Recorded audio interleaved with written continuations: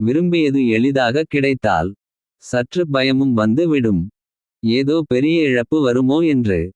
நிச்சயமாக நீங்கள் சொல்லும் கருத்தில் உண்மை இருக்கிறது. நாம் நினைத்தது உடனடியாக கிடைத்தால் சில நேரங்களில் மனதில் ஒருவித பயம் தோன்றும். அது ஏனென்றால் நாம் கடினமாக உழைக்காமல் முயற்சி செய்யாமல் எளிதாக ஒன்றை அடையும்போது அதன் மதிப்பு நமக்கு தெரிவதில்லை. அது விரைவில் பறிபோய்விடுமோ என்ற அச்சம் மனதில் தோன்றலாம். இதற்கு சில காரணங்கள். அதிர்ஷ்டத்தின் மீதான சந்தேகம். சில நேரங்களில் நாம் நினைத்தது எளிதாக கிடைத்தால் அது நமது திறமையால் கிடைத்ததா அல்லது வெறும் அதிர்ஷ்டமா என்று சந்தேகிக்கிறோம். அதிர்ஷ்டம் எப்போதும் நிலைத்திருக்காது என்பதை நாம் அறிவோம். அதனால் ஒருவித பயம் நம்மை ஆட்கொள்கிறது. இழப்பின் பயம். எளிதாக கிடைத்த ஒன்றை இழந்துவிட்டால் அதை மீண்டும் பெறுவது கடினம் என்று நினைக்கிறோம். அதனால் அதை இழந்து விடுவோமோ என்ற பயம் மனதில் ஏற்படுகிறது. தகுதியின்மை உணர்வு.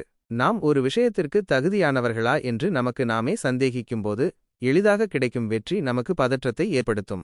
இந்த பயத்தை போக்க சில வழிகள்.